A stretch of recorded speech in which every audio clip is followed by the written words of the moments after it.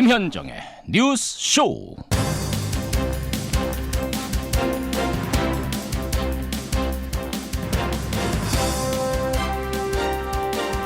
애청자 여러분, 특히 밤사이 많은 비가 내린 남부 지역 분들 안녕하셨습니까? 장마 전선의 영향으로 주말에 전국적으로 비가 많이 내렸는데요. 문제는 태풍이 북상 중입니다. 오늘 밤 12시경에 제주를 지나서 부산 앞바다를 지나갑니다. 그러니까 장마에다가 태풍이 더해지면서 상당한 물폭탄이 예상되는 건데 이름이 뿌라비룬이죠.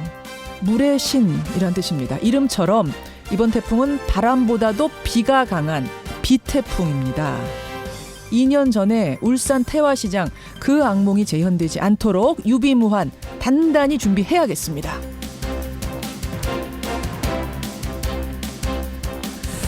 유비무환 준비가 중요하다는데 어처구니 없는 사고도 있네요. 아시아나항공기가요, 어제 오전부터 지금까지 줄줄이 무더기 지연이 되고 있습니다. 알고 보니까 기내식을 못 실어서랍니다. 기내식 업체를 바꾸는 과정에서 벌어진 착오라는데 일부 비행기는 기다리다 아예 기내식을 못 싣고 떠나기도 했답니다. 참 너무도 아마추어 같은 실수 앞에 할 말을 잃습니다. 아무튼 오늘 월요일 아침 우리가 새길 단어는 유비무환이네요. 김현정의 뉴스쇼 출발합니다.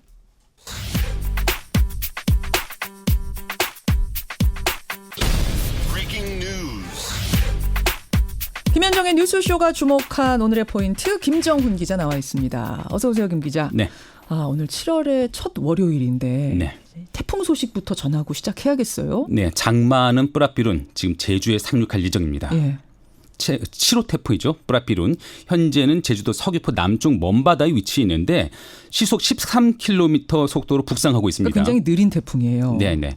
이에 따라서 오늘 오후부터 제주도가 태풍의 직접 영향권에 들어갈 듯하고요. 뿌라비룬의 풍속은 초속 29m, 그 강풍이 반경이 280km로 되는 것으로 알려졌거든요. 그래서 이미 내린 장마와 겹치면서 내일까지 전국에 많게는 300mm 이상의 물폭탄이 떨어질 것이다. 이렇게 전망이 되고 있네요. 예. 그러니까 지금까지 비는 태풍에 의한 비는 아니고 이건 이제 장마인 건데 피해 상황이 꽤 있어요, 이미. 네, 이미 보고된 피해 상황에 따르면요. 어젯밤 전남 보성에서 70대 여성이 흘러내린 토사에 다쳐서 병원으로 옮겨졌고 또 그제는 영광에서 모내기를 하던 50대 여성이 낙뢰를 맞고 숨지기도 했다. 이런 소식이 들어와 있네요. 그러니까 장마가 지금 있는 상황에서 태풍이 오기 때문에 이게 비 피해가 더 걱정인데 잠시 후에 오늘 자정에 상륙합니다. 제주도 상황하고 전문가 연결해서 이 태풍이 어떻게 진로를 잡았는지 좀 얘기를 나눠보죠. 일단 다음 포인트 갑니다. 네, 재개된 북미 접촉입니다. 북미 정상회담은 열렸는데 이 합의사항이 어떻게 이행되는 건가, 협의가 지금 어떻게 진행되고 있는 건가 이게 궁금했거든요. 네. 이제 좀 움직이는 겁니까? 그렇게 볼 수가 있을 것 같은데요. 예. 마이크 폼페이오 미 국무장관이 일단 오는 6일 방북할 것이다. 이렇게 알려지고 있는 상황인데 7월 6일에. 네. 그에 앞서서 어제 성김 필리핀 주재 미국 대사 그리고 또 최선희 북한 외무성 부상이 회동을 한 것으로 전해졌습니다. 판문점에서 만난 것으로 알려진 두 사람은 현재 진행 중인 미군 유해 송환 논의 외에 비핵화 그리고 북한 체제 보장 방안 등 북미 간 합의 이행을 위한 사전 조율을 벌였을 가능성이 높아 보이고요. 예. 북미 협상에 관여한 당국자 간 회동한 것은 지난 6.12 북미 정상회담 이후에 19일 만이라고 하네요. 사실은 근데 유해 송환이 지난주에 있을 거다 이런 얘기가 많았는데 지난주 넘겼잖아요. 지체되고 있죠. 예, 이게 조금 늘어지고 있는 지금 이런 분위기거든요. 이 상황에서 어제는 서해상 남북 함정 간에 한라인 교신이 이루어지기도 했더라고요. 네. 예, 이렇게 좀 이행이 되고는 있습니다. 조금 느려지고 조금 빨라지고 뭐 이건 있습니다만 이번 주 중요합니다. 지켜보죠. 다음 포인트요. 네, 기내식 때문에 지연이 잇따른 항공편입니다. 그러니까요. 아시아나항공이 지금도 지연이 되고 있는 거예요? 네, 지금 현재까지도 상황이 이어지고 있는 것 같은데요. 예. 어제 인천공항을 출발하는 아시아나항공 국제선 항공기 수십 편이 기내식 공급 차질로 줄줄이 지연됐다고 하네요. 일부는 끝내 기내식을 싣지 못하고 출발하기도 했고 현재도 완전히 정상화되지는 않은 상태인데 기내식 업체가 바뀌면서 이런 공급 차질이 빚어졌다. 이렇게 항공사 측은 설명을 하고 있습니다. 저희가 파악을 해보니까 오늘 현재도 출발 예정인 항공편 10편 정도가 지연되고 있다. 이렇게 보여지네요. 이게 뭐 30분 1시간이 아니라 4시간 5시간 이래서 아예 그쪽의 스케줄 자체가 다 틀어지는 수천 명이 피해를 입고 있다고 그러는데 무슨 일입니까? 마지막 포인트 하나만 보죠. 네, 비서 성폭행 혐의를 받고 있는 안희정 전 충남지사 오늘 법정에 직접 나섭니다. 첫 재판. 그렇습니다. 앞선 공판 길이 있긴 했지만은 출석하지는 않았고요. 오늘은 첫 정식 재판인 만큼 반드시 나와야 합니다. 오늘 출석한다면 공개 석상에는 3개월 만에 다시 모습을 보이는 셈이네요. 결국 쟁점은 합의에 의한 거냐 아니냐 이거죠. 그렇습니다. 여기까지 수고하셨습니다. 감사합니다. 장마 전선이 남부에서 중부 지방으로 올라오면서 전국 곳곳에 많은 비를 뿌려 피해가 속출하고 있는 겁니다. 태풍의 위험 반원에 속하지 않는 지역에서도 태풍이 우리나라를 관통하기 때문에 바람도 강하게 불고 강수량도 좀 많을 것으로 예상이 됩니다. 태풍은 내일 오전 제주도에 가장 근접할 것으로 보입니다. 뿌라비룬 역시 많은 비를 뿌릴 것으로 보여 제주도민들의 불안감은 커지고 있습니다. 예, 제7호 태풍 뿌라비룬이 지금 북상 중입니다. 제주도 가까이까지 와 있는 상황인데 태풍이 진로를 살짝 동쪽으로 틀었습니다. 그래서 애초의 예상과는 달리 내륙에는 상륙하지 않고 제주를 거쳐서 부산 앞바다를 치고 간다. 이렇게 지금 예보가 나오고 있는데요. 이렇게 되면 좀 나은 걸까요? 전국에 어디까지 영향권에 드는 걸까요? 오늘 아침은 태풍 상황을 좀 점검하고 가야겠습니다. 먼저 오늘 밤 태풍 상륙을 앞두고 있는 곳 제주부터 연결을 해보죠. 농사를 짓고 계시는 분이세요. 김미옥 씨, 제주 시민 연결이 돼 있습니다. 김미옥 씨 안녕하세요. 네. 예, 일단 지금 제주 날씨는 어떤가요? 안직은 괜찮습니다. 비는 안 와요? 네, 비도 안 오고 안직은 좀 바람만 좀 불고 있습니다. 크게는 안 불어도. 네. 그러니까 조금 그렇다는 얘기는 아직 막 태풍을 느끼고 이럴 정도는 아니란 말씀이에요. 예. 그 태풍 뿌라비룬이 오늘 밤 0시께, 그러니까 12시께에 제주도에 상륙을 한다 그럽니다. 이건 말씀 들어보니 태풍 전야의 고요 같은 느낌이 드는데 무슨 농사 짓고 계신다면서요? 예, 과수원 농사도 하고 고추도 좀 심고 그런. 예. 그러세요. 그럼 농사 짓는 분들은 누구보다 더 기상 상황에 민감할 수밖에 없잖아요. 네. 그렇죠. 지난 2016년에 차바가 남부지방 치고 갈 때 그때 제주도 피해도 꽤 크지 않았습니까? 그때는 집에 유리창 베란다가 통째로 날아가고요. 너무너무 거의 많았어요. 혼났어요. 베란다 창문이 날아갈 정도였어요? 네, 베란다 창문이 통째로 날아가고요. 비가 어찌서 많이 스며들어지 물 푸느라고 정신이 하나도 없었어요. 이야, 농사 짓는 건 어떠셨어요? 농사도 고치도 다 쓰러져 버리고 꾀도 엉망이고 수박도 좀 간 것도 다 그냥 다 휩쓸려 갖고 전부 다 그 태풍에는 손 쓸 수가 없어요. 태풍 불면 여름 밭작물은 그냥 아예 다 망치신 거네요. 그때 태풍 때문에. 밭작물 인정 농사는 태풍 불었다만 하면 다 망치는 거예요. 그러니까 지금 그런 것을 한번 당한 분이기 때문에 태풍이 제주 상륙한다는 소식에 더 걱정이 되시겠어요. 예, 너무 걱정이 많죠. 그 유리창도 테이프로 붙이고 밭도랑도 파고 고추대도 제주도에 세우고 했는데 지금 태풍이 동쪽으로 틀어갖고 우리 집은 또 동쪽이잖아요. 이 북군이. 그래서 더 겁이 나요. 이 동쪽으로 틀면 더 위험해요. 지금 저희 사는 동네가요. 이게 진로를 조금 틀수록. 그러니까 이게 지금 사실은 태풍이 어느 방향으로 오느냐에 따라서 피해가 큰 곳이 조금씩 지금 다 달라지고 있는 거거든요. 네네, 제주도도 그래요. 제주도도 근데 그렇고.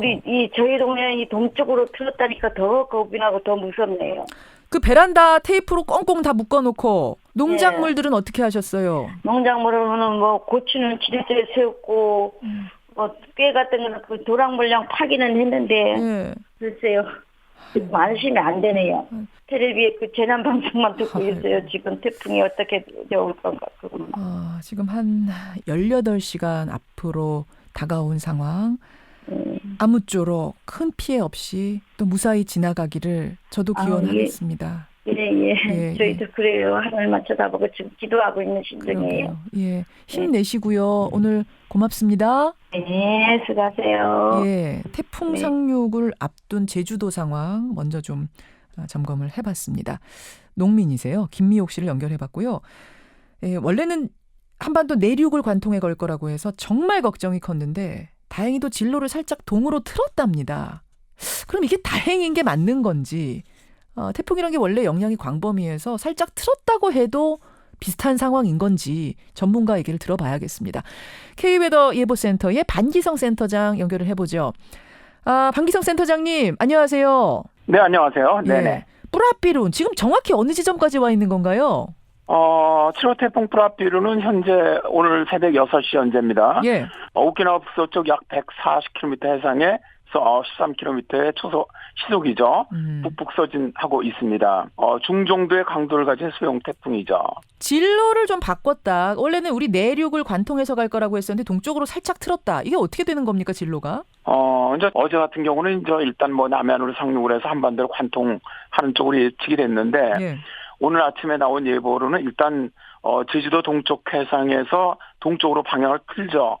전향을 하면서 이제 바로 부산 앞바다 쪽으로 통과해서 동해안 쪽으로 일단 빠져나가는 걸로 예측이 변경됐습니다. 예. 그러면 이게 당초 예상보다는 다행인 건가요? 아니면 태풍이기 때문에 그래도 영향이 상당한 건가요? 일단 다행히 이제 관통을 하지 않고 대한해협 쪽으로 해갖고 부산 앞바다 쪽으로 빠져나간다면 우리나라는 태풍의 우측 반원, 위험한 쪽이 아니고 강한 반원이라고 부르죠. 덜 위험한 쪽이 영향을 주게 되거든요. 좌측에 해당되는군요. 우리의 위치가 태풍 네, 진로의 좌측에 해당이 됩니다. 예. 그러다 보니까 바람도 좀 다소 약하고 비도 우측보다는 좀 적거든요.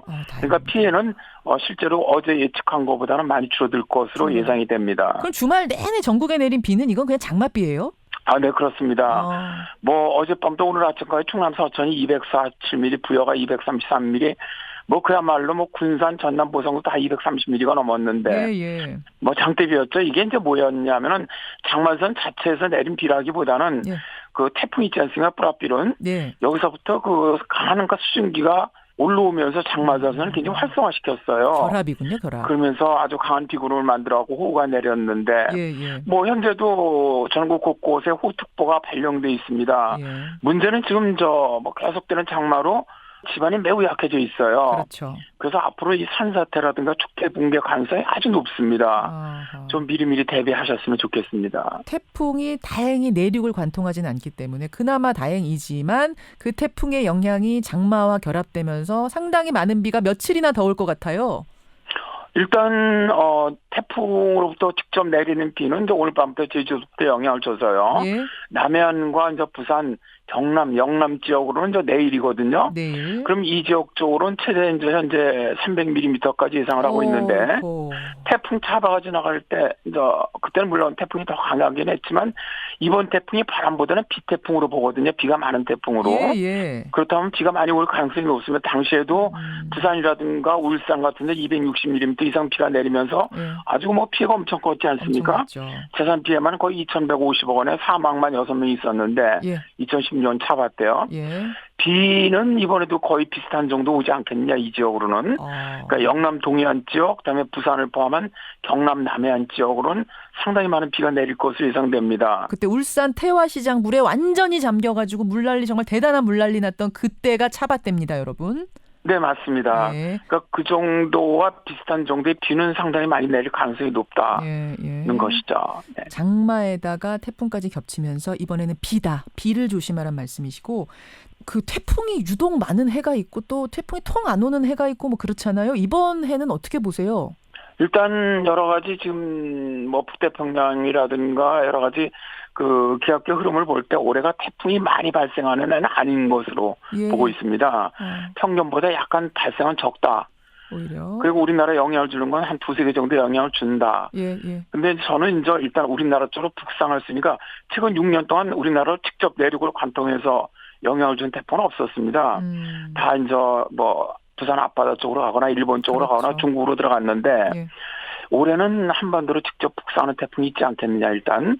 개수는 적더라도 직접적인 영향을 줄 태풍의 가능성이 높은 해라고 보고 있습니다. 그래요. 6년 만에 관통하는 태풍이 있을 가능성이 어느 때보다 높다. 그건 어떻게 아시는 거예요? 이게 이제 우리나라는 이제 태풍 이동은 북태평양 고기압 연변을 따라 이동하거든요. 그래서 북태평양 고기압이 어떻게 확장하느냐, 수축하느냐가 예측을 하는데 굉장히 중요합니다. 근데 올해 같은 경우 북태평양 고기압이 10년 중에서 가장 발달한 해거든요. 따라서 우리나라 쪽으로 세력을 좀 더 확장해 온다면 동쪽, 일본 쪽으로 빠지질 못하고 우리나라 쪽으로 북상해 올 확률이 높다고 보는 것이죠. 그래서 그런 거군요. 그래서 이번에 뿌라삐룬도 우리를 관통해 갈 것이다라는 예측이 많았던 건데 살짝 다행히 비껴간. 그래요. 뭐 방법이 없겠습니다. 이거는 유비무환이라고 우리가 단단히 준비하는 거 외에 뭐가 있겠습니까? 이번 뿌라삐룬도 남해안 지역 여러분 특히 오늘 밤 12시부터 내일까지 단단히 긴장하고 준비하고 큰 일 없이 지나가기를 기도해야겠습니다. 고맙습니다. 센터장님. 네, 감사합니다. K웨더 반기성 예보센터장이었습니다.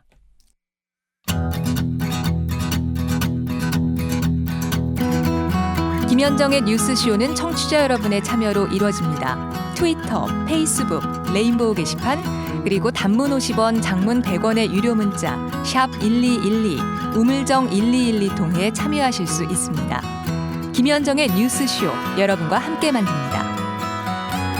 김성환의 행간 시사평론가 김성환 씨 나오셨습니다. 어서 오십시오. 네, 안녕하세요. 지난밤 잘 주무셨어요? 비 굉장히 많이 내렸어요. 빗소리가 요란했죠, 서울도. 네. 지금 7794님, 부산 지금은 비가 내리지 않고 해가 나옵니다. 여기 지금 태풍이 지나갈 곳인데. 네, 그러게요. 지금은 이렇다. 제주도도 그렇답니다. 대구 동구입니다. 5782님. 제법 많은 비가 내리고 검은 구름이 껴 있습니다 하셨고요. 대전 갑천 사진을 제가 지금 보고 있는데 대전을 관통하는 그 천이죠. 갑천에 수위가 평소 2배가 됐습니다. 홍수주의보가 내렸습니다. 그래서 자전거 도로가 있는데 표지판 그 위에 머리만 보여요. 저 예전에 이제 거기로 차도 지나다니고 그래요. 예. 대전 갈 때마다 그쪽으로 많이 지나다녔거든요. 근데 거기가 그렇게 수위가 많이 올랐다는 얘기. 제가 사진 보고 지금 깜짝 놀랐네요. 저렇게 많이 강물이 올라왔을 거라고 생각을 못 했거든요. 나무들이 지금 다 잠긴 상태. 네네. 예, 이런 상태입니다. 지금 전국이. 자, 날씨가 흐릿한 오늘 월요일 아침. 그래도 7월의 첫 월요일. 행간에서는 우리 정치권 어떻게 돌아가는지 좀 보고 가고 싶어요. 네, 개헌 얘기가 갑자기 튀어나왔어요. 주말 사이에. 국회에서. 요 며칠 사이에 다 꺼진 줄 알았던 개헌 불씨가 다시 살아날 조짐을 보이고 있는데요. 이 자유한국당하고 바른미래당이 개헌 선거제도 동시 개편 카드를 무기로 연내 개헌을 주장하고 나섰습니다.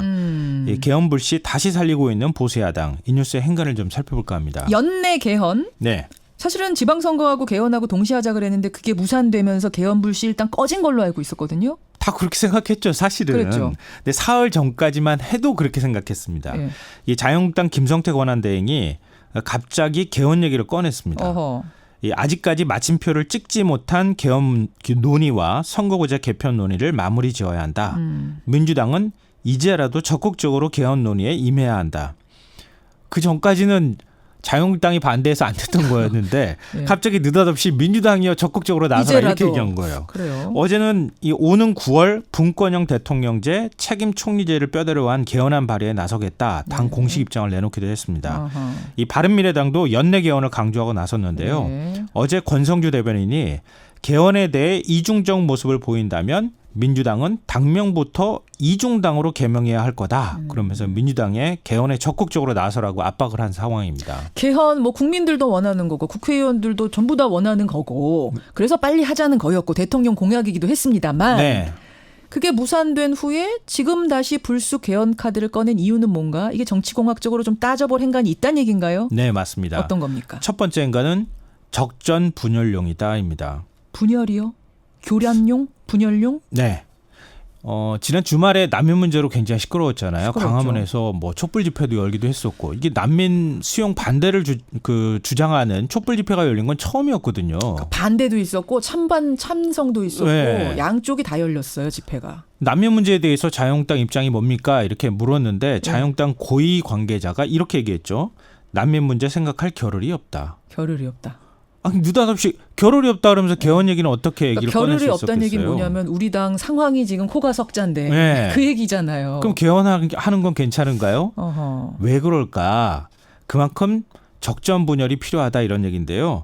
민주당 홍영표 원내대표가 개혁입법연대를 만들자는 제안을 했거든요. 예. 그러니까 한마디로 말씀드리면 민주평화당, 정의당, 바른미래당 이탈파. 그러니까 비례로 간 3명이 있죠. 무소속까지 합쳐서 157석의 범여권 연대를 만들자 이런 얘기입니다. 예.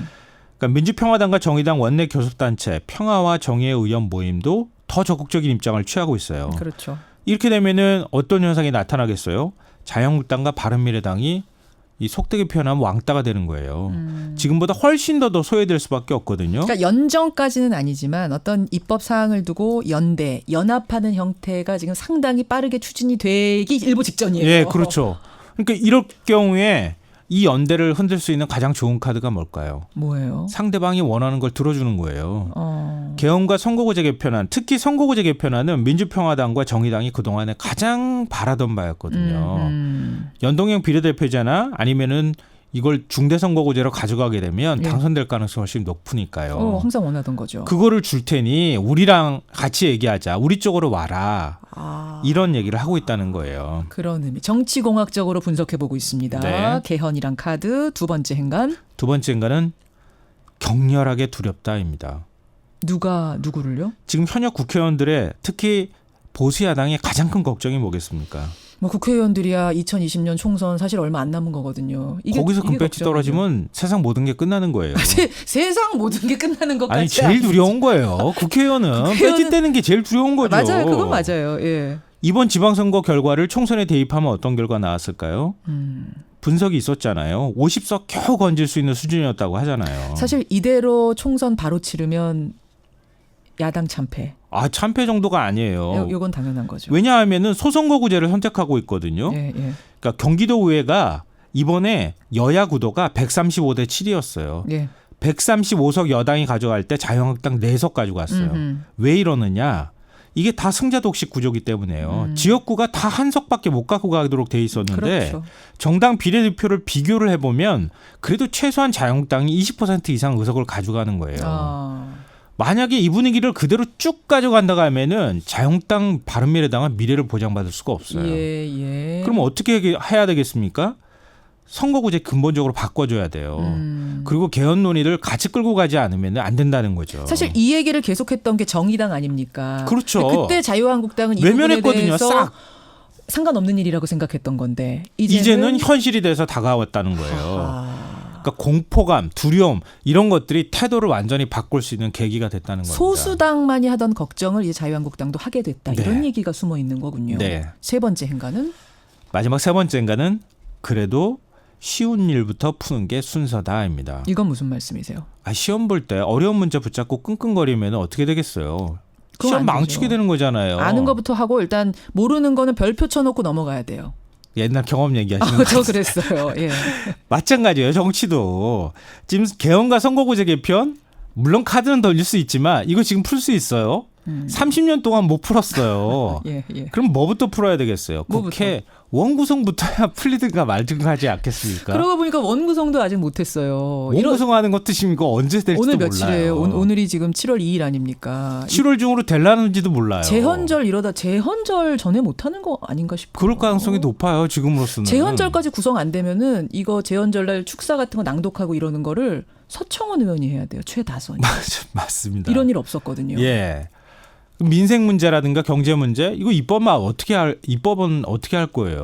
빨리 원구성 해야지 되는 거 아닙니까? 그러니까 조금 쉬운 문제부터 먼저 좀 빨리 풀 건 풀고 어려운 문제는 좀 천천히 갈 건 천천히 가면서 풀어줘야 한다는 거예요. 자, 개헌. 국민도 동의하고 국회의원들도 동의하지만 절대 안 풀리는. 왜냐? 세부적으로 가면 이해관계가 더 엇갈리기 때문에. 이 카드를 다시 자유한국당 바른미래당이 내놓은 이유 정치공학적으로 지금 분석해 주셨어요. 그리고요. 민주당이 고민해야 될 부분이 있는데요. 민주당이 그동안에 주장했던 거잖아요. 근데 야당이 덜컥 우리 받겠습니다 이러면 민주당이 어떻게 될까요? 처음부터 나서가지고 그럼 같이 얘기합시다. 이렇게 하기 민주당도 어려워졌다. 왜냐하면 민주당이 일당 자리를 가져갔고 민주당이 앞으로 선거에서 승리할 가능성이 높으니까 태도를 바꿀 가능성이 있어요. 요거는 민주당 분 모셔가지고 얘기 한번 나눠봐야겠네요. 네네. 사실은 이걸 바꾸자라고 소선구제를 우리 선거구제를 바꾸자고 나섰던 분이 노무현 전 대통령 아닙니까? 태도는 언제든 바뀔 수 있는 건데요. 어떻게 될는지 한번 두고 봐야 될 것 같습니다. 여기까지 정치권의 상황 짚어주셨어요. 고맙습니다. 네, 고맙습니다. 김보미님, 대전 갑천 지금 지나고 있는데 넘실넘실 거립니다. 출퇴근길 안전하셨는데, 1518님, 제주, 부산 지금 다 해가 나고 있는 건 태풍 오기 전엔 항상 이래요. 이러셨습니다. 밤사이에 축구는 어떻게 됐나요 하셨는데, 러시아가 스페인을 이겼습니다, 여러분. 러시아가요, 최하위 팀 70위거든요. 7위의 스페인을 지금 승부차기 끝에 이기면서 세계 축구 팬들이 또 술렁거리네요. 2부로 갑니다.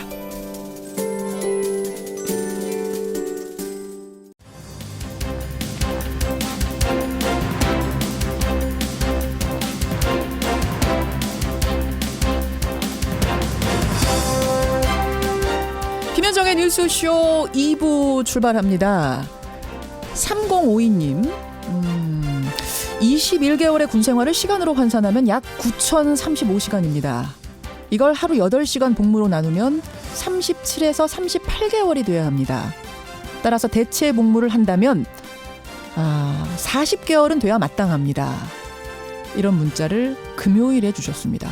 5263님 대체 복무는 군복무의 4배 정도는 돼야 합니다. 이런 문자 주셨고요. 또 한 분은 이 문제는 한쪽 설명만 들을 게 아니라 꼭 토론으로 진행해 주십시오. 이런 부탁 문자가 금요일에 많이 쏟아졌습니다. 예. 양심적 병역 거부자에 대해서 대체 복무 규정이 없는 병역법은 위헌이다라는 판결이 나오면서 이제 공이 국회로 넘어갔죠. 대체 복무역이라는 걸 반드시 만들어야 되는 겁니다. 이거는 이제 피할 수 없는 상황이 된 겁니다. 그렇다면 대체 복무역은 어떤 내용으로 어느 정도 근무하게 해야 이게 형평성이 맞는가. 굉장히 큰 숙제가 하나 넘어왔습니다.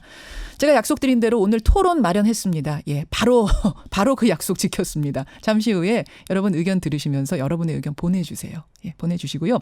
이택수의 여론에서도 주말 사이에 저희가 돌려봤습니다. 국민들의 여론, 예, 전체적인 여론도 한번 체크를 해보죠.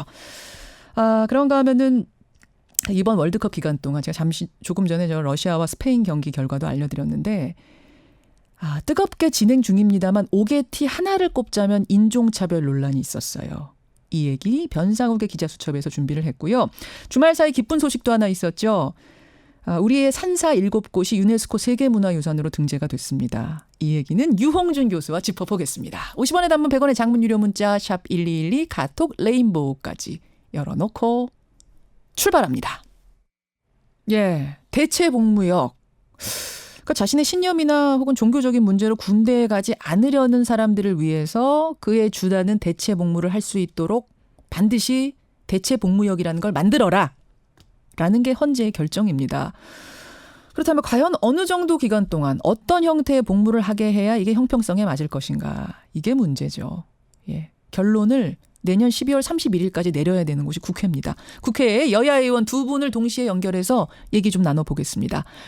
먼저 더불어민주당 박주민 의원 나와 계십니까? 안녕하세요. 네, 안녕하십니까. 예, 바른미래당의 김중로 의원, 이분은 군 장성 출신이십니다. 김중로 의원님 안녕하세요. 네, 안녕하십니까. 오랜만입니다. 예. 네. 우선 이번에 헌재 판결 어떻게 평가하세요?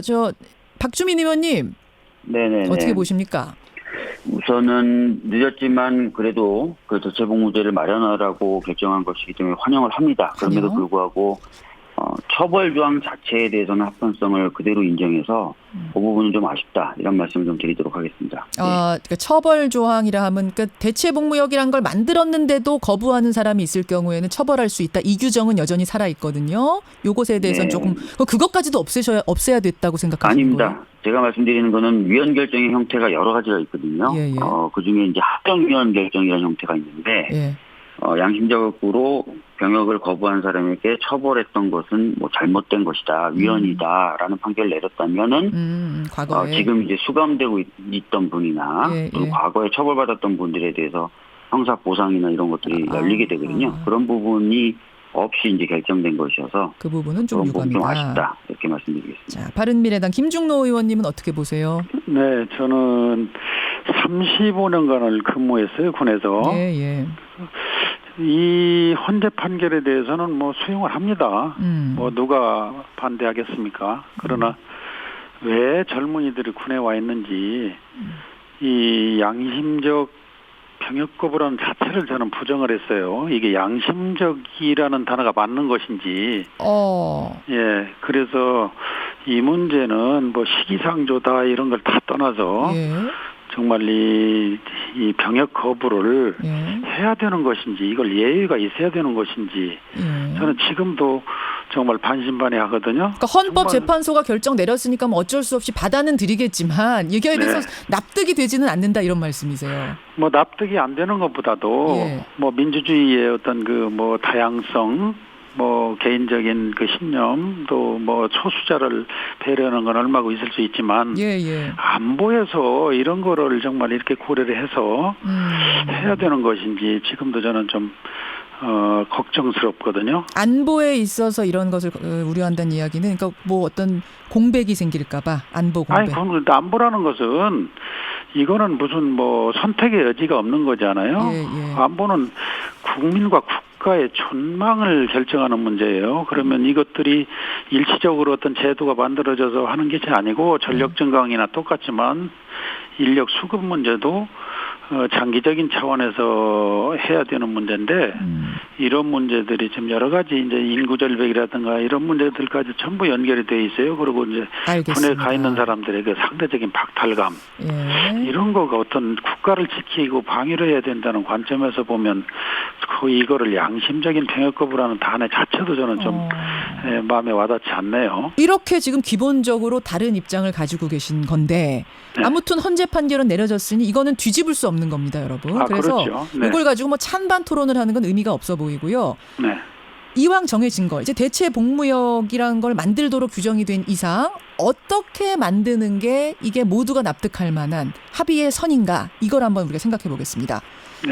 최고 쟁점이 대체 복무 기간과 내용인데 박주민 의원님, 이미 대체 복무제에 대한 안을 하나 입법으로 제출해 놓으신 게 있는 거죠? 발의해 놓으신 게? 네, 저는 현역 복무 기간의 1.5배를 하고 그다음에 복무의 형태는 합수를 하고요. 난이도는 현역 복무 정도 또는 그 이상 이런 기준으로 법안을 하나 내놨습니다. 전해철 의원의 법안도 1.5배 똑같고 그분은 합수가 아니라 출퇴근도 가능하다. 이제 이렇게 얘기하시던데 박주민 의원은 합수는 기본으로 의무로 하되 1.5배는 같이.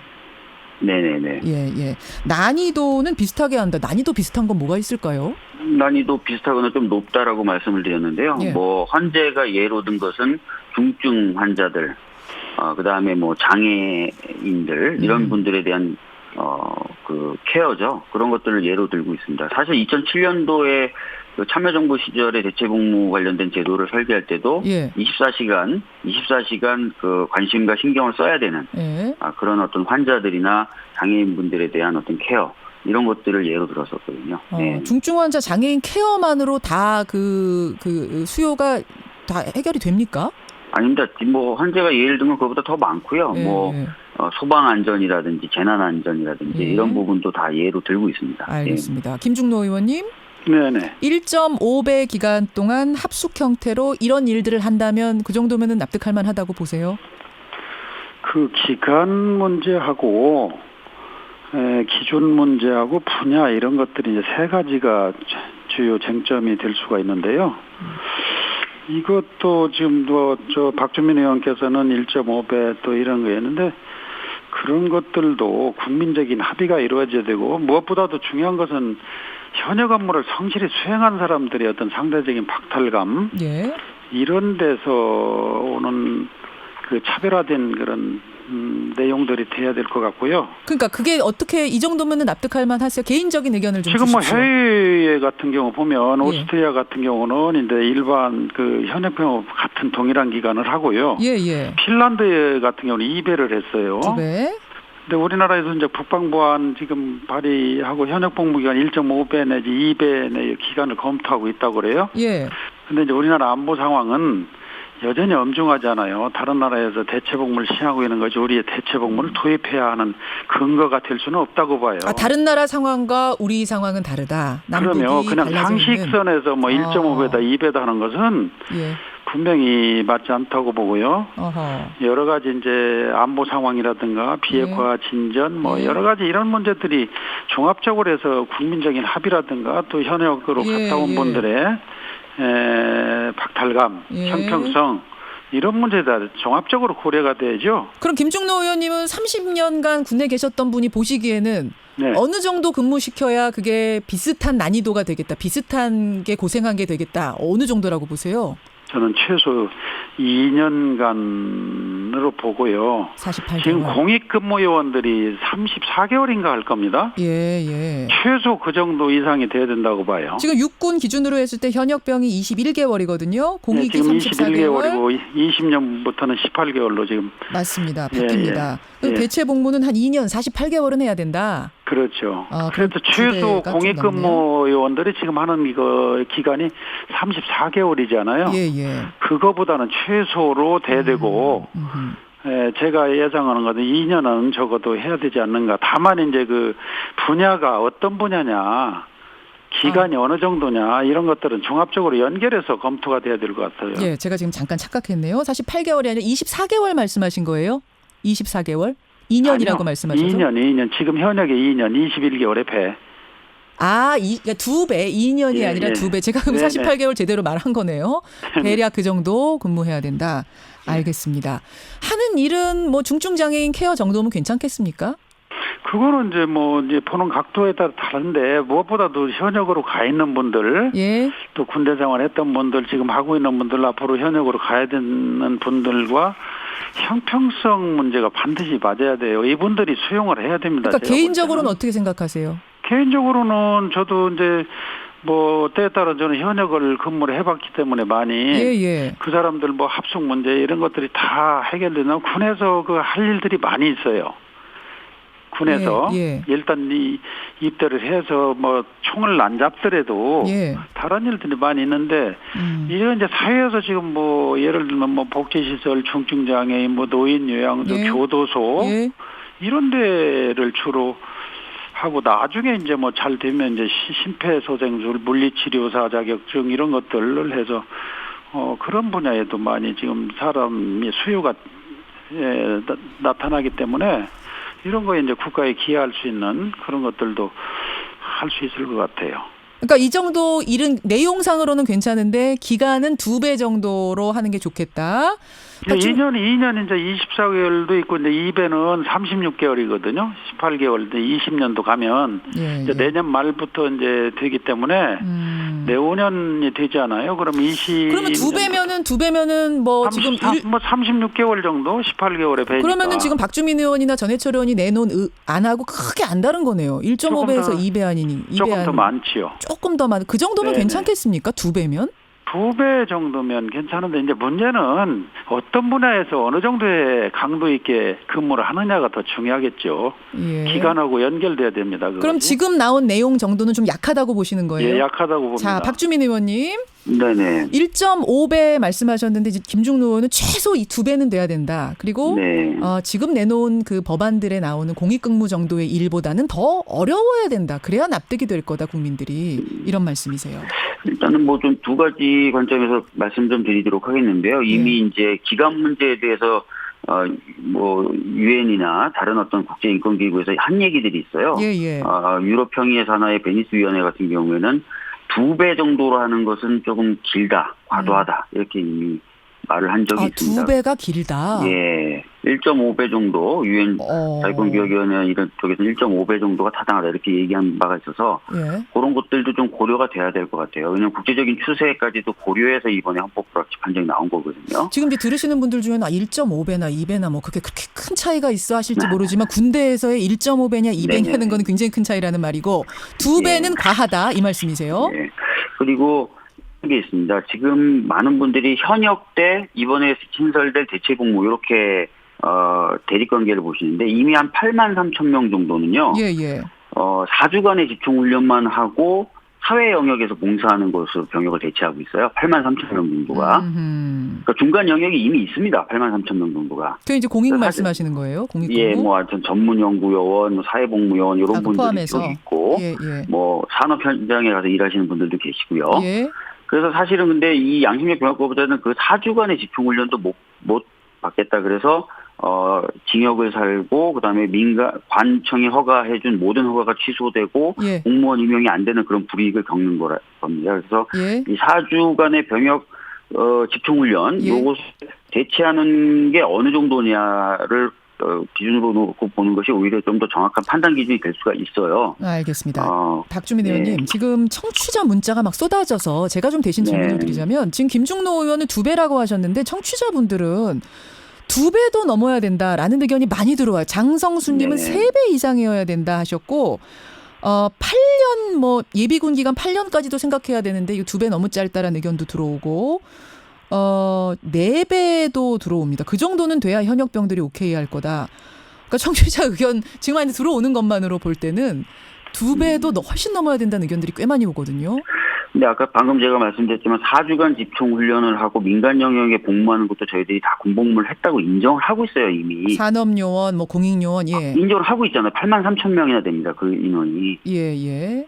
근데 그것 같은 경우에는 그분들 같은 경우에는 뭐 신체 검사 4등급이라는 어떤 이유가 있고 꼭 산업요원은 뭐 전문 그렇지 않더라도 본인들이 그 시험이나 이런 자격을 획득해서 뭐 정보처리 기사나 이런 자격을 획득해가지고 가는 것들도 있죠. 4주간 집중 훈련은 받아야 되지만. 그러니까 그런 것에 있어서 그 문제를 한번 좀 고민해 보실 필요가 있고요. 또 국방의 의무라는 것이 지금 굉장히 확대되고 있어요. 그 개념이.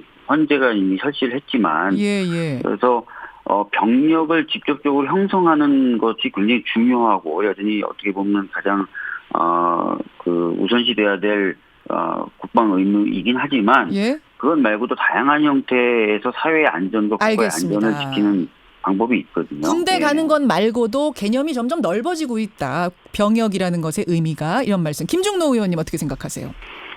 방금 그 박주민 의원님 말씀하시는 거에는 이제 동의를 하는데 그 공익요원 있잖아요. 그것들이 지금 하시는 것들이 34개월인가 되는데 그거는 지금 병력 수급에 문제가 없어서 그런 유형의 이제 중간 지점에 그런 이제 제도가 생겨서 지금 병역 의무를 대체하고 있는데 앞으로 이제 2023년 가면 군계획에 따라서 60만이 50만 정도로 좀 줄이거든요. 그런데도 불구하고 병역 인구 절벽 때문에 1년에 2만 3천에서 5천 명이 부족해요, 매년.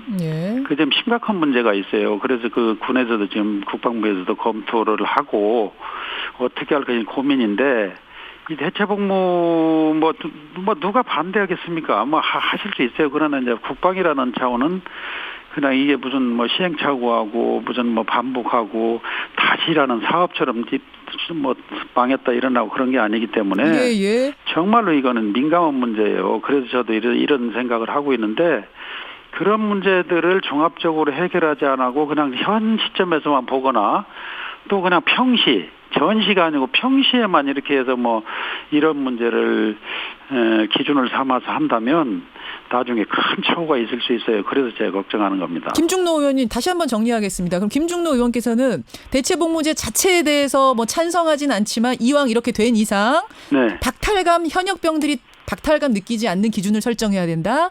개인적으로는 2배 이상, 기간은 2배 이상, 난이도는 중증 장애인 케어가 헌법재판소가 예로 든 그것보다 조금 더 어려워야 된다. 이 말씀이신 거예요? 어려움의 농도는 현역으로 가신 분들 또 정상적으로 군 생활을 하시는 분들 이런 분들이 충족될 수 있는 범위가 돼야 된다고 그게 뭐냐는 말씀을 제가 지금 계속 질문 드리는 겁니다.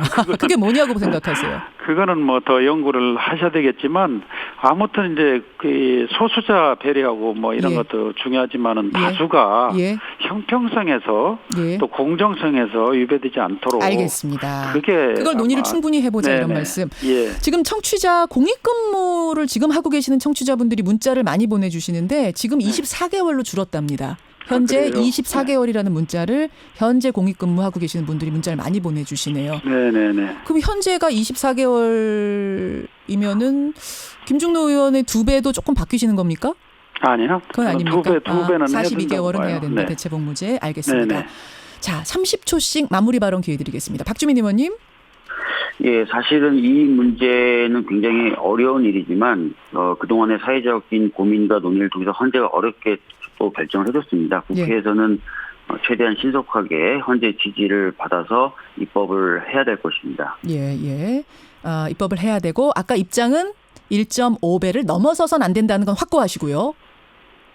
전 1.5배 정도가 않을까. 뭐 물론 논의는 해봐야 되겠지만요. 알겠습니다. 예. 김중로 의원님은 앞서서 말씀하신 것으로 뭐 의견이 제 생각에는 발언이 충분히 전달됐다고 생각하고 이제 청취자들의 의견이 중요합니다. 우리의 뜻을 모으는 게 중요합니다. 여러분 문자 보내주십시오. 그리고 이 논의는 내년 12월 31일까지 아마 계속될 것 같습니다. 두 분 고맙습니다. 네, 감사합니다. 민주당 박주민 의원, 바른미래당 김중로 의원이었습니다.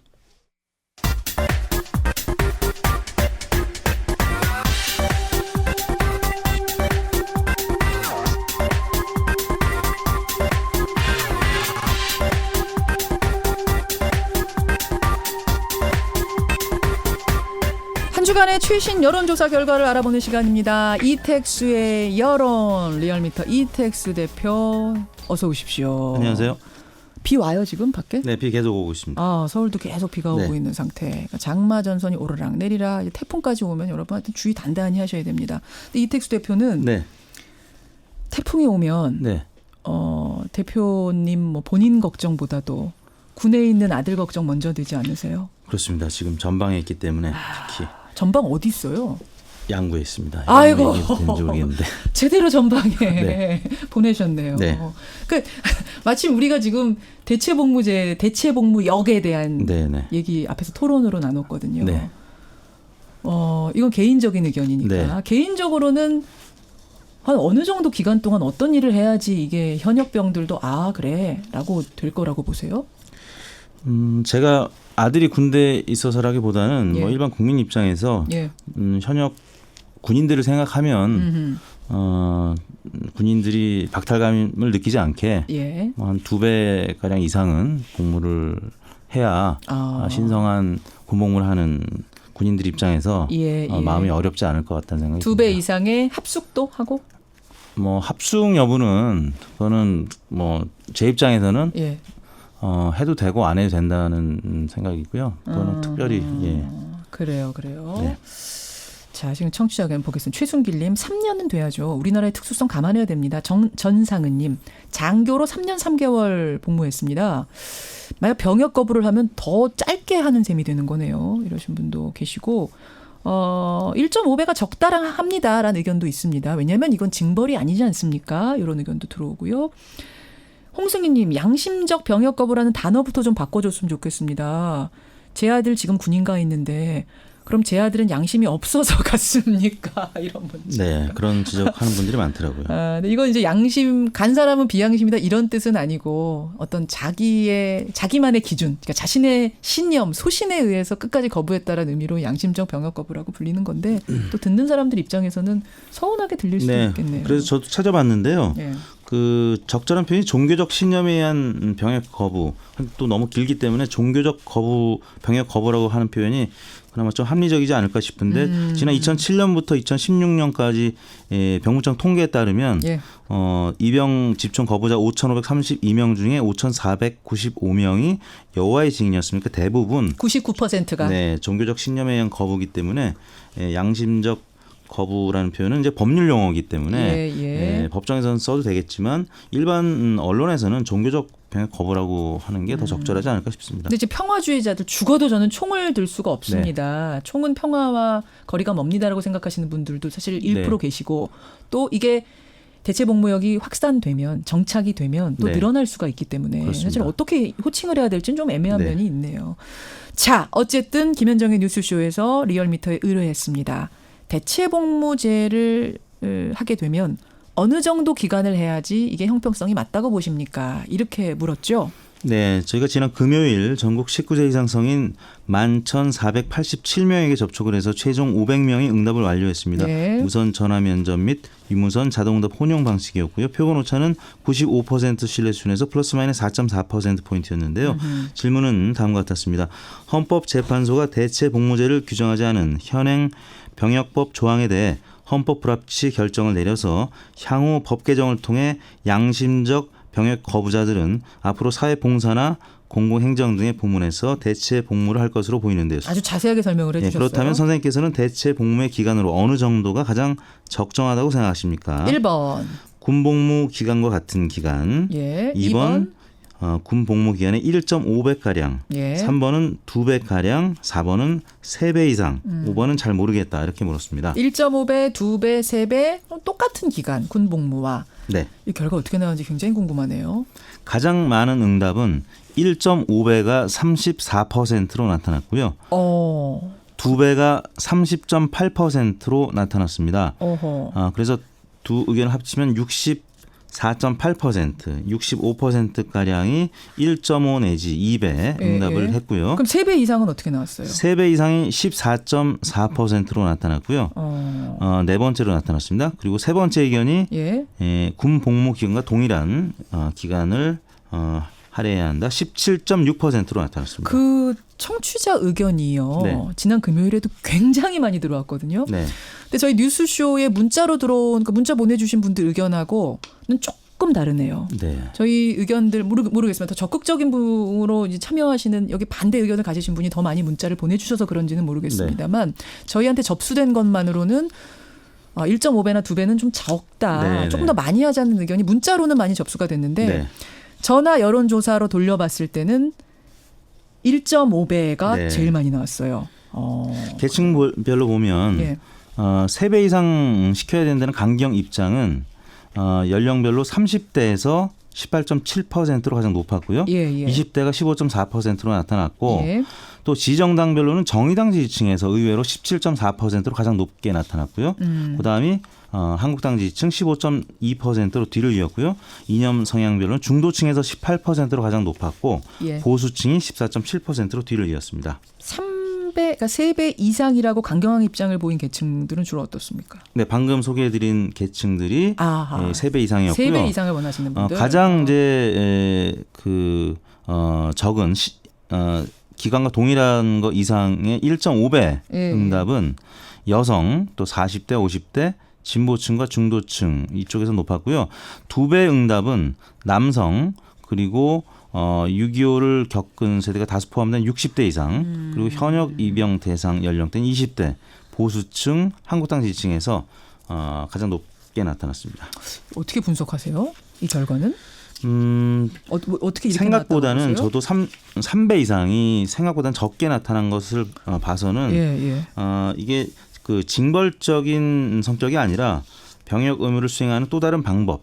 그러니까 헌재가 판단한 것처럼 그 처벌은 이제 합헌이지만 대체 복무가 없는 상태에서 또 이 징벌을 한다는 건 문제가 있다 이렇게 본 것 같습니다. 이건 징벌이 아니다라고 생각. 그러니까 결국 여기 지금 우리가 여론조사 항목 중에 내용은 안 들어가 있잖아요. 어떤 일을 시킬 건가에 대해서는 안 들어가 있기 때문에 그 부분에 대해서 생각하시는 게 다 다를 거예요. 또 다르겠죠. 그렇죠. 그 난이도에 따라서 1.5배에서 2배.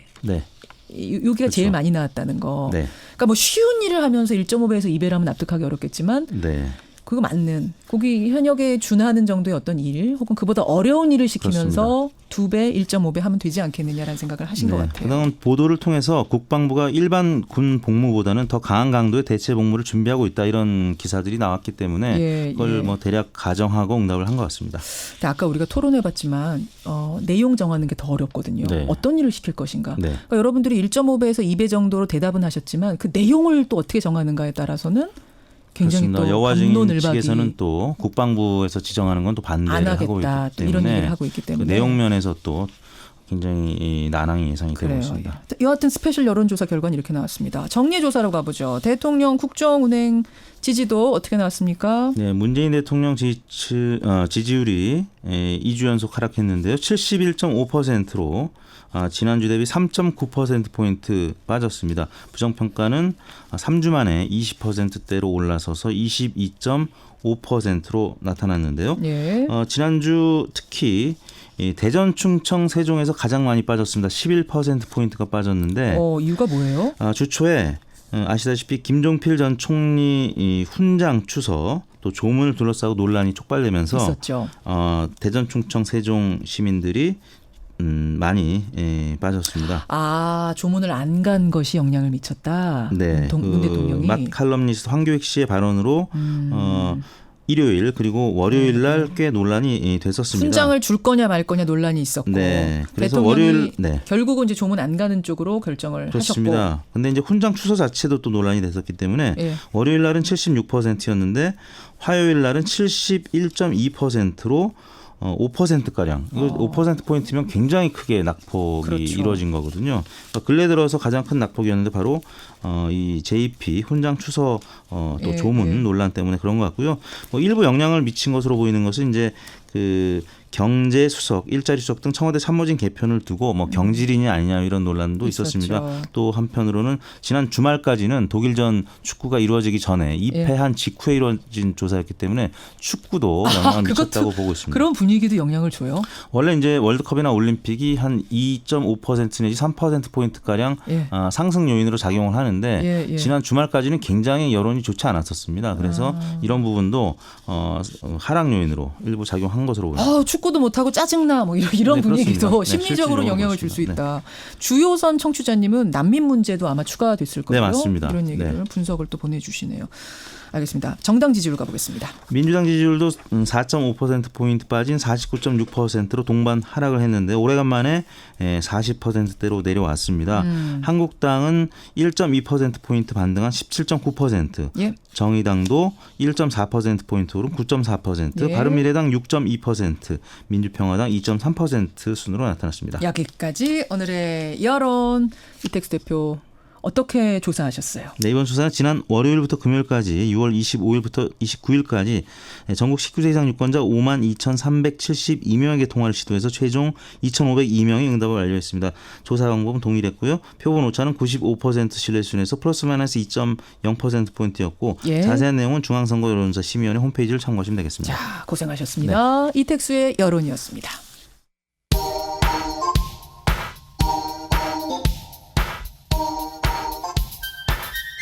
김현정의 뉴스쇼 CBS 라디오와 함께하고 계십니다. 저는 퇴근길 시사자키 정관용입니다. 토론 한 번 더 해야겠는데요. 청취자들이 문자를 대체복무제가 굉장히 뜨거운 이슈인 것 같습니다. 아직 시간은 좀 있습니다. 1년 넘게 있으니까 우리가 찬찬히 고민해서 모두가 납득할 만한 가장 바른 대체복무제는 어떤 건가 정해보죠. 변상태 기자 어서 오십시오. 네, 안녕하십니까. 대체복무제. 하실 말씀 있으세요? 아니.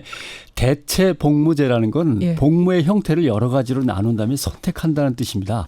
근데 이제 막 5년 막 이렇게 부르시는 분들은 가서 좀 썩어봐 뭐 이렇게 그 징벌적인 느낌. 죄를 지어서 징벌하는 것을 끝내고 복무의 형태를 다양하게 하자는 의미로 받아들이신다면 뭐 5년이건 10년이건 팍 그냥 나이 들어서 나오게 뭐 이런 식으로 하시는 건 좀 너무한 것 같고 적당한 담론을 통해서 하면 이제 시작 단계니까요. 저희도 가끔 이렇게 토론해가면서 이 논의에 참여하겠습니다. 무슨 얘기 하시려고 그랬어요? 무슨 얘기 하려고 했냐면 축구 얘기하려고 그랬어요. 월드컵 안 끝났어요? 왜 이러세요 정말. 한참 재밌어지는데. 그래요? 러시아가요 70인데 7위 스페인을 지난밤에 이겼어요. 그 저녁 한 5시 6시쯤에 마트에 장 보러 가면 잠깐 앉아갖고 뭐 이렇게 오뎅이라고 하는 거죠. 뭐 어묵 같은 거 먹고 있으면 주변에서 다 실시간 중계로 어젯밤에 봤던 걸 갖다가 그렇게 선수들 이름을 외워가면서 그렇게 자세히 녹화 중계하시는 분들 정말 대단하시더라고요. 요새는요. 우리 팀만 응원하는 게 아니라 세계적인 축구를 보는 분들이 굉장히 많아졌기 때문에. 깜짝 놀랐습니다. 재밌습니다. 그게 더 재밌습니다. 끝났냐 이런 소리 하시면 안 돼요. 어디 가서. 근데 제가 이 얘기를 오늘 물어본 이유가 있습니다. 우리 기자 수첩 내용이 축구라면서요. 월드컵 열기 속에서 멕시코 유명 셰프가 또 과거에 축구 스타였던 마라도나가 눈찢기 행동을 해가지고 인종차별 논란에 이제 휩싸인 거죠. 이게 한 커피회 스타벅스였던가요? 거기 종업원들이 이렇게 눈 찢는 뭐 이런 걸 그림을 컵에다가 그렸다가 또 문제가 되게 난리가 났죠. 왜 동양인 하면 이렇게 눈 찢는 포즈, 양쪽으로 손가락 해가지고 눈을 쭉 찢는 포즈를 취하는 거예요? 아시안들이 상대적으로 눈이 좀 작죠. 서구에 비해서. 서양인보다 라틴에 작죠. 비해서도. 그리고 눈이 얇으니까 눈찢기 제스처는 아시아인을 이제 표현하는 방식입니다만. 눈찢기 제스처가 여러분 어떤 거냐면요. 손가락을 양쪽 눈 검지로 꼬리에 대고 쭉 옆으로 그렇죠. 당기는 거예요. 쭉 찢어지는. 뭐 흔히 사람을 놀릴 때 쓰는 제스처이기도 한데. 맞아요. 콜롬비아 축구 선수는 우리나라에 왔을 때 기성용 선수한테 눈찍이 표시를 했다가 카메라에 찍혀가지고 벌금이 그때 2,200만 원이었습니다. 우리 돈으로. 스위스 2만 프랑. 예. 5경기 출장 정지, 엄청 출장 정지. 처벌받았네요. 피파는 2006년 독일 월드컵부터 경기 중에 인종차별 발언을 하면 곧바로 레드카드를 주게 돼 있습니다. 그러니까 눈찍이라는 거는 국제적으로 공인된 인종차별 행동이라는 거네요. 그렇습니다. 국제적으로 공인된 인종차별 행위입니다. 근데 마라도나가 이 눈찍이 포즈를 응원석에서 보낸 게 카메라에 잡혔는데 뭐라 그랬냐면 한국 팬들이 환호를 보내길래 한국 대단하다는 의미에서 나 눈찍이 제스처를 한 거다. 그 라틴계 축구 스타들이 상당수가 그것 때문에 논란에 휩싸인 적이 있어요. 호나우도, 메시, 카카, 파투, 네이마르 다 마찬가지입니다만 일본인과 중국인이 라틴 아메리카에 오래전부터 이주해서 가난한 노동자로 거기서 이제 노동을 제공하지 않았습니까? 그렇죠. 그러니까 라틴 아메리카 쪽은 동아시아를 치노 또는 치노니또라고 부르면서 눈을 찢는데 우리로 치면은 어이 하면서 그냥 이런 뜻이기도 해요. 네. 그러면서 가벼운 인종차별 내지는 가벼운 장난처럼 이렇게 아시안을 부를 때 그렇게 쓰죠. 어허. 그러나 가벼운 차별도 차별이고 가벼운 장난도 차별입니다. 아, 당연하죠. 그리고 아시안이 라틴에서는 아직 인구수에서 극소수 아닙니까? 그러니까 아시안을 좀 놀려도 그 사회에서 그렇게 크게 문제가 되지 않아요. 아, 그러다 보니까 이게 잘못인지 뭔지는 모르고. 그러니까 애들도 배워서 또 하고 이렇게 되는 거죠. 학교에서 제대로 가르치면 안 되는데 그게 가르치질 않으니까. 그다음에 누가 뭐래도 백인이 라틴 아메리카에서 제일 위기의 사회입니다. 라틴 아메리카는 사람의 색깔을 5이나 6가지로 나눕니다. 복잡합니다. 그래요. 그래서 피부색 옅은 순서대로 서열이 정해지기 때문에 아시안인처럼 백인이 아닌 그래도 색깔이 좀 짙다고 생각되면은 차별에 들어가는 거죠. 예. 그리고 아무튼 눈찍기를 심각한 인종차별로 생각 않고 별명처럼 여기는 부족한 인권의식이 우선 제일 문제고요. 한국, 중국, 일본 사람을 구별을 잘 못합니다. 혹시 김앵커 코스타리카, 멕시코, 볼리비아, 아르헨티나 사람 구별할 수 있어요? 전혀 불가능한 것 같습니다. 그러니까 자기네랑 좀 다르고 저쪽에서 온 것 같다 그러면 다 싸잡아 갖고 아시아는 눈 찢는 걸로 통일하는 거죠. 예. 일본 사람, 중국 사람, 한국 사람을 따로 구분해서 그 사람한테 맞는 어떤 비하나 어떤 표현을 쓰는 게 아니고 다 아시아 똑같은 거야 하면서 눈 찢는 거죠. 그러고 보니까 인종차별은 진짜 뭐 인류 역사만큼이나 오래된 것 같은데 그렇습니다. 이게 다 내가 우월하다, 우리 민족이 우월하다는 우월감이 깔려 있는 거고 우리도 사실은 그렇게 자유롭지 못해요. 인종차별. 우리도 벌써 난민이라고 그러면 배 타고 겨우 기어들어온 뭐 가난한 나라의 뭐 흉악한 혹시 저급한 인간들 아니야 이런 식으로 쳐다보는 가능성이 있는 흑인, 거죠. 흑인에 대해서 또 얼마나 오랫동안 우리가 인종차별인지도 모르고 차별했습니까? 그게 문화든 신체든 경제적인 요인이든 어떤 요소든 간에 다른 민족보다 자신들이 조금이라도 나은 게 있다라는 생각이 머릿속에 자리를 잡으면 그 우월 의식을 통해서 상대 민족을 차별하는 쪽으로 가게 되는 거죠. 아프리카 부족들 사이에서는 다 똑같을 것 같지만 체격적인 차이로 인종차별이 있대요. 그래요. 뭐 그 안에서도. 바카족은 키가 작은 부족이거든요. 이러면 덩치가 큰 부족은 우습게 하는 거죠. 그다음에 투치족, 후투족 옛날에 전쟁도 많이 했습니다만 투치족이 조금 색이 옅습니다. 그러면 후투족을 새카맣다고 놀리죠. 아프리카 사람들끼리. 그런 거. 이걸 백인들이 이용해서 색이 짙은 쪽이 색이 옅은 쪽을, 옅은 쪽이 짙은 쪽을 서로 차별하면서 통제하도록 중간에서 이간질을 하죠. EJ라고 하는 겁니다. 오랑캐가 오랑캐를 이렇게. 신기하네요. 그다음에 인종차별이 법적으로 처벌받거나 사회적으로 비난을 받는 사회에서는 은근히 차별하는 것도 있어요. 은근히. 어떻게요? 제가 김현정 앵커가 미국에 왔는데 제가 미국에 살고 있던 사람입니다. 너 진짜 그러니까 아시아 같다 너. 이걸 아시아니까 아시아인데. 그죠? 그런 경우가 진짜 있어요. 아시안 티 좀 내지 마. 이거 먼저 못 벗었니? 먼저 도착해서 백인처럼 살고 있는 아시안들이 아시아인에게. 아우 김치 냄새 뭐 이런 거. 그런 거. 그래서 pop이라고 그래. pop. fresh off boat. 배에서 배에서 이제 막 내렸구만. 뭐 이런 뜻이죠. 그 미러링도 있습니다. 반대로. 이 트윈키 같은 인간. 트윈키는 빵은 겉에가 노란색인데 안에 흰 크림이 들어있어요. 그러니까 아이고 얼굴은 아시안인데 머릿속은 백인으로 돼갖고 저게 뭐 이렇게 정체성을 혼란을 겪는구만 이런 뜻인데 서로 차별하는 거예요. 트윈키라고 하는 거죠. 그다음에 힙스터 레이시즘이라는 게 있습니다. 힙스터. 그건 뭐예요? 인종차별 발언을 하긴 하는데 세련되게 은근히 하는 듯 안 하는 듯 애매하게. 그러니까 이게 이런 말 하면 인종차별처럼 들릴지 모르지만 오해 말고 들어줘 하면서 막 한다든가. 예. 너라면 오해하지 않을 거라고 생각하고 얘기하는데 하면서 또 하고 뭐 이런 거죠. 힙스터이시죠. 말 다 하고 나서 오마이쩍. 풍자였어, 개그였어. 이렇게 더 나빠요. 그게. 더 기분 나쁘죠. 그럼요. 네, 그렇습니다. 그럼요. 아무튼 인도의 카스트 제도는 어떻게 사람을 계급으로 나눠서 그렇게 차별하냐라고 하지만 카스트라는 것이 인도 말로는 바르나라고 하는데 바르나가 피부 색깔이라는 뜻입니다.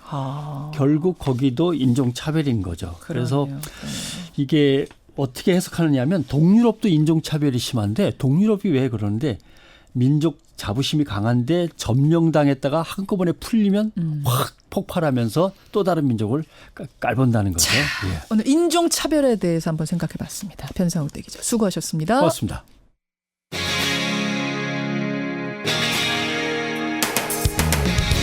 여러분께서는 지금 CBS 라디오 김현정의 뉴스쇼를 함께하고 계십니다. 지난 토요일에 기쁜 소식이 들려왔죠. 유네스코 지정 세계문화유산에 우리의 전통 산사 7곳이 모두 등재가 됐습니다. 양산 통도사, 영주 부석사, 안동 봉정사, 보은 법주사, 공주 마곡사, 순천의 서남사, 해남 대흥사. 예. 뭐 아는 것도 있고 처음 들어본다 뭐 이런 분들도 계실지 모르겠어요. 다들 깊은 산 속에 1000년 넘게 자리한 그런 산사들입니다. 세계문화유산으로 지정된다는 게 보통 일이 아닐 텐데요. 도대체 어떤 점이 세계인을 홀린 걸까요? 오늘 화제 인터뷰 유홍준 교수, 명지대 석자 교수 연결을 해보겠습니다. 유홍준 선생님 안녕하세요. 네, 안녕하세요. 세계문화유산으로 지정이 됐다. 이 소식 듣고는 어떠셨어요? 굉장히 오랫동안 준비한 것으로 알고 있거든요. 예. 세계유산으로 등재되는 데는 이코모스라고 국제기념물 유적 협의회 전문가들의 아주 엄격한 심사를 받는데 우리나라의 산지승원이라고 하는 문화유산이 된 거는 문화유산의 자존심을 세우는 그 성과라고 할 수 있죠. 자존심을 세우는. 네. 그러면 이제 뭐 여기 세계문화유산으로 지정이 되는 것도 어렵지만 되고 나선 도대체 뭐가 달라지는 건가? 그냥 타이틀 하나 얻는 정도인 거예요? 뭐가 달라지는 겁니까? 기업에서 그 홍보비를 많이 쓰잖아요. 그렇죠. 국가적으로 홍보를 하는데 어떤 뭐 방송이나 매체나 이런 거를 통한 것보다도 이 유네스코 세계유산 등재로 인해서 얻는 크기는 상당히 커요. 근데 그게 우리 국민들은 너무 익숙해서 그런데 우리나라처럼 산사가 많은 나라는 없습니다. 아니 중국 이런 곳이 많은 거 아니에요? 인도나 중국의 경우에는 석굴 사원이 발달을 했죠. 석굴. 도낭석굴, 운강석, 아잔타 석굴. 우리 산사처럼 그렇게 아늑하고 편안하고 그리고 고즈넉하면서도 그 종교 시설로서의 분위기를 갖고 있는 거는 참 갖기 힘들어요. 그러니까 이게 지금 설명을 쭉 듣다 보니까 종교 건물로의 의미 그 이상을 갖는 종교적인 의미로만 따진다면 인도에도 있고 중국에도 있고 대만에도 있고 있는 곳이 사찰인데 왜 한국의 산사를 세계문화유산으로 유네스코 심사위원들이 선정했는가? 그 이유가 이해가 되네요.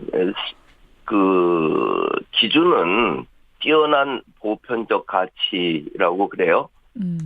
아웃스탠딩 유니버셜 밸류를 갖고 있어야 돼요. 예. 그리고 이걸로 이런 지정을 받는다고 하는 것은 굉장히 경쟁적이에요. 예. 세계가. 그런 까다로운 심사 과정을 다 거쳐서 유네스코 심사위원들의 마음을 사로잡은 우리의 사찰, 통도사, 부석사, 봉정사, 법주사, 마곡사, 서남사, 대흥사. 이 교과서에서 사실 한 번씩들 다 들어본 사찰이에요. 가보지 않으셨어도. 교수님은 다 가보셨잖아요. 그렇죠. 당연히. 그 7개 중에서도 유홍준 교수의 마음을 사로잡은 가장 아름다운 산사를 꼽으라면 어떤 거 꼽으시겠어요? 나보다도 그 심사위원들, 그분들을 그 가장 먼저 사로잡은 거는 영주 부석사죠. 부석사? 네. 왜 부석사입니까? 부석사 가면은 다 그렇게 하게 돼 있어요. 가보면 앱니까? 우선 거기 무량수전이라고 하는 그 목조 건축이 1000년을 갔다고 하는 사실, 역사성을 떠나서 그 팩트 자체가 그렇고 최순우 선생의 유명한 책 있죠. 부석사 무량수전 베을린 기둥의 기대 서서라고 하는 그 소백산맥 전체가 서찰의 정원인 양 그 넓게 펼쳐지는 그 부석사에서 바라보는 그 경관, 그게 선지 승원이 갖고 있는 가장 큰 그 강점이죠. 그러니까 가 보면 그냥 그 앞마당에 서면 왜 부석사가 뽑혔는지 이해가 그냥 바로 돼요. 그 말씀이세요.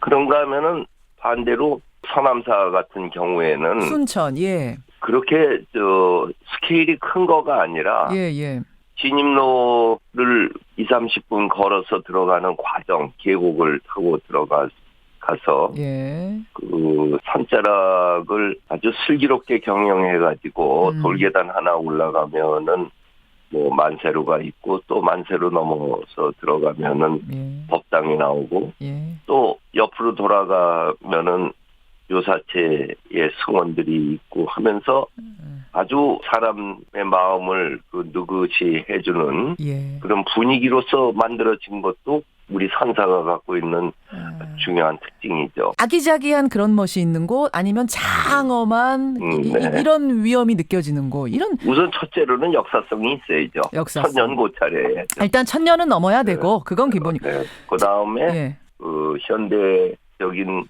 그 증축으로 인해 가지고 원형을 손상받은 것은 아웃스탠딩 유니버셜 밸류에서 제외가 됐죠. 그러니까 교토는 사찰의 도시고 중국의 소주는 정원의 도시.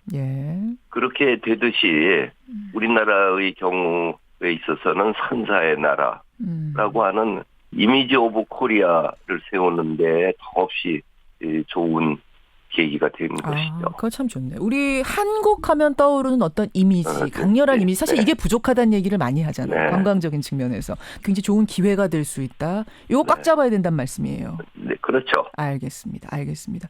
이렇게 산사가 세계 문화유산이 되면서 여러분 우리나라는 13개의 세계 문화유산을 가진 나라가 됐습니다. 근데 이게 이제 뽑혔다, 기쁘다, 여기서 그치는 게 아니고 어떻게 하면 더 잘 보존시켜서 우리 후세에 물려줄까? 또 어떻게 하면 더 이 개수를 확장시킬 것인가? 이 고민이 더 중요하다 이런 생각이 드네요. 유홍준 교수님. 그리고 잘못 관리하면은 또 취소돼요. 취소도 됩니까? 네. 그 독일에 있는 퀼른 성당의 경우에도 그 옆에 있는 그 신축 건물로 인해서 수차례 그 경고를 해가지고 유네스코 그 기념물위원회 사람들에 의해 가지고 보고되면은 그건 국제적인 망신되죠. 지키는 게 더 중요하다는 말씀이에요. 네. 그러라고 유네스코에서 이런 제도를 만든 거죠. 너희들만의 문화유산이 아니라 인류의 문화유산임을 기억해라. 네. 아니 이 짧은 시간 안에 오늘 이 얘기를 다 담을 수가 없어요, 교수님. 다음에 한번. 스튜디오로 나오셔서 좀 긴 이야기 들을 수 있었으면 좋겠습니다. 초대하겠습니다. 그냥 이렇게 됐으니까 이제 7군데 한번 주유천하 해보세요. 국민들도 그렇고요. 그렇게 해봐야겠어요. 즐거운 일이죠. 그러겠습니다. 오늘 귀한 시간 고맙습니다. 네. 감사합니다. 명지대학교 석좌교수, 나의 문화유산 답사기의 유홍준 교수였습니다. 제가 지금 기상청의 지도를 펴보고 있는데요. 전국이 우산입니다. 전국 곳곳에 비가 오고 있습니다. 하루 종일 장맛비가 이어지겠고요. 남부지방은 밤부터 태풍 영향까지 겹친다는 거 단단히 기억하시고 단단히 주변 단속하셔야겠습니다. 저는 내일 아침에 뵙죠. 고맙습니다.